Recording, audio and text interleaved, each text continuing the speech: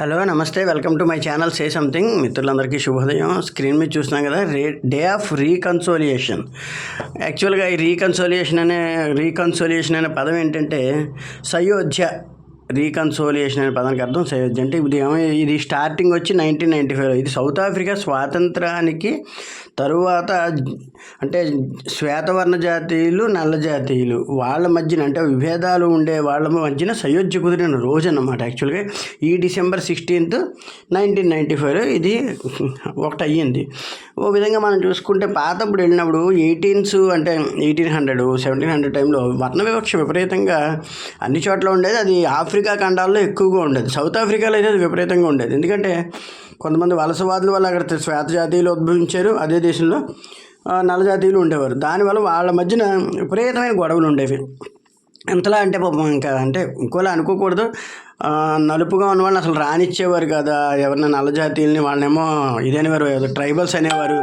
రకరకాలుగా వాళ్ళని ఎన్ని హింసలు పెట్టాలో అన్ని హింసలు పెట్టేవారు అన్నమాట. సో అయితే ఏమైందంటే ఒకనొక సందర్భంలో వాళ్ళు ఉద్యమాలు చేస్తున్నప్పుడు ఒక చోట పెద్ద యుద్ధం జరిగింది. అనుకోకుండా ఒక 400 మంది ఉద్యమకారుల మీద ఒక 30,000 మంది వీళ్ళు వెళ్ళి పడిపోయారు అనమాట. వాళ్ళని జులూస్ అనేవారు, అంటే ఇంకొంచెం ఆధిపత్య తెగ అనమాట. వాళ్ళు ఊర్ ట్రెక్కర్స్ అనేవారు. ఆ ఊర్ ట్రెక్కర్స్ 400 మంది ఏదో చేస్తున్నప్పుడు బ్లడ్ రివర్ అని అంటారు దాన్ని. అంటే అప్పుడు యుద్ధం జరిగింది కాబట్టి, బట్ దాని అసలు పేరు ఎన్కోమ్ రివర్. అక్కడ 1838లో December 16th December 1838లో జరిగింది ఆ యుద్ధం. యాక్చువల్గా మనకి ఈ రోజునే 1838లో యుద్ధం జరిగినప్పుడు ఈ 400 మంది ఊర్ ట్రెక్కర్స్ 30,000 మంది వచ్చిన వాళ్ళని ఎదిరించి పోరాడి అందులో సగం మందిని చంపేశారు ఏకంగా. అంటే నిర్దాక్షిణ్యంగా కొట్టారంటే వాళ్ళలో ఎంత పెయిన్ ఉందంటే జాతి వివక్షను ఎదుర్కొంటున్నాం, అన్ని చోట్ల ఇబ్బందులు ఎదుర్కొంటున్నాం అనే కక్ష వాళ్ళలో, అంటే కక్షను కూడా అనకూడదు, బాధ, పెయిన్, స్వాతంత్రోద్యమ బాధ లాంటిది అనమాట. అది ఆ బాధ ఎంతలా ఉందన్నది ఆ రోజు తెలిసింది. ఆ తర్వాత సౌత్ ఆఫ్రికాలో భిన్నమైన వాదనలు వచ్చి బయటికి అన్నీ వచ్చాక ఇంకా నెల్సన్ మండేలా గారు పుట్టాక, యాక్చువల్గా మనం అంటే అప్పటిదాకా ఈ నల్లజాతీయుల పోరాటాన్ని నెల్సన్ మండేలా గారు ఆయన వచ్చి 1918లో పుట్టారు. ఆయన 18th జూను. తర్వాత 5th December 2013లో కాలం చేశారు. అయితే నెల్సన్ మండేలా గారు ఉద్భవించాక మనకి ఆ సమయం మనకు గుర్తుంది. 1918 ఆ టైంలో ఆయన వయసులో ఉన్నప్పుడు 1920 ఆ టైంలో గాంధీ గారు ఇక్కడికి రావడానికి ముందు అక్కడ నల్ల జాతీయులతో ఇచ్చారు, యుద్ధం చేశారు. అంటే ట్రైన్లో ఉండగా ఆయన్ని ఇంకో నల్ల జాతీయుని బయటకు తోసేస్తే ఆయన ఇది కరెక్ట్ కాదని ఉద్యమం చేసినప్పుడు అక్కడ చాలా ఉద్యమం చెలరేగింది. ఆ విధంగా నల్ల జాతీయులు ఇంకొకసారి ఆశ పుట్టిందనమాట. అంటే మనం యుద్ధం చేస్తూ అవుతున్నాను. అప్పుడు నెల్సన్ మండేలా గారు కొంచెం యుక్త వయసుకు వచ్చాక అక్కడి నుంచి ఉద్యమాలు చేయడం మొదలెట్టారు ఆయన. ఆ విధంగా ఈ ఉద్యమాలు చేసుకుంటూ వచ్చేటప్పటికి సౌత్ ఆఫ్రికా స్వాతంత్రం పూర్తిగా, అంటే బ్రిటిష్ రూల్లో ఉన్న సౌత్ ఆఫ్రికా స్వాతంత్రం 1931లో వాళ్ళకు స్వాతంత్రం వచ్చింది. ఆ స్వాతంత్రం వచ్చాక కూడా ఈ శ్వేతవర్ణ జాతీయుల మధ్యన, ఈ నల్ల జాతీయుల మధ్యన విపరీతమైన భావపూరిత ద్వేషాలు, జాతి ద్వేషాలు, కక్షలు ఉండేవంటే వాళ్ళ మధ్యన కదా. యాక్చువల్లీ వాళ్ళే వీళ్ళని కొట్టించేవారు, చాలా బాధలు పడ్డారు.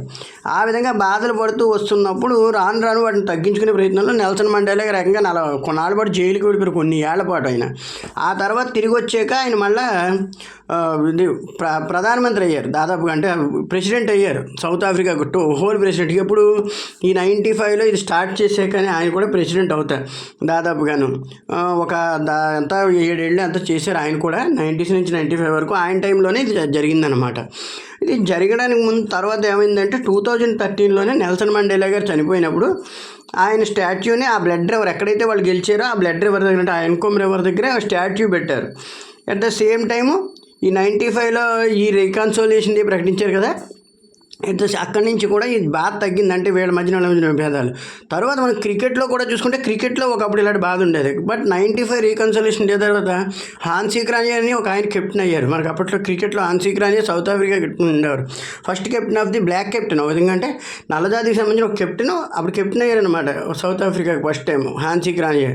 ఆ విధంగా వర్ణవివక్ష తగ్గుతూ రావడం ప్రారంభించింది. ఈరోజు అందరూ కలిసి ఉంటున్నారు. దాదాపుగా చాలా వరకు రీకన్సోల్ అయ్యింది. అది నిజంగా దాన్నే రీకన్సోలియేషన్ డే అని అంటారు. ఈ విధంగా చూసుకుంటే ఈ విభేదాలు అనేటువంటివి అప్పటి నుంచి అనేక రకాల బాధలు పెట్టాయి మన దేశంలో కావచ్చు, పక్క దేశాలకు వచ్చి. బ్రిటిష్ ఎంపైర్ వల్ల అంటే అనకూడదు, కానీ వాళ్ళు వచ్చిన కక్షలు అన్నీ ఇన్ని కదా. వాళ్ళు అందరి మధ్యన విభేదాలు పెట్టేశారు. వాళ్ళ దగ్గర నుంచి 1931లో వాళ్ళకి స్వాతంత్రం వస్తే 1947లో మనకు వచ్చింది. ఈ మధ్యలో 2-3 వచ్చింది. అంటే వీళ్ళందరూ తిరగబడి ఒకేసారి తిరగబడ్డారు అనమాట. విధంగా గాంధీ గారు అక్కడి నుంచి ఆద్యుడు అయ్యాడని అనుకోవచ్చు. ఆయన ఎవరు ఏమనుకుని తిట్టుకున్నా, ఒక్కరు అంటే తెలియక మాట్లాడినా ఆయన చాలా ఉద్యమాలకు ప్రేరణ అయ్యారు. అందుకే ఆయన మహాత్ముడు అయ్యాడు నిజానికి చెప్పుకోవాలంటే.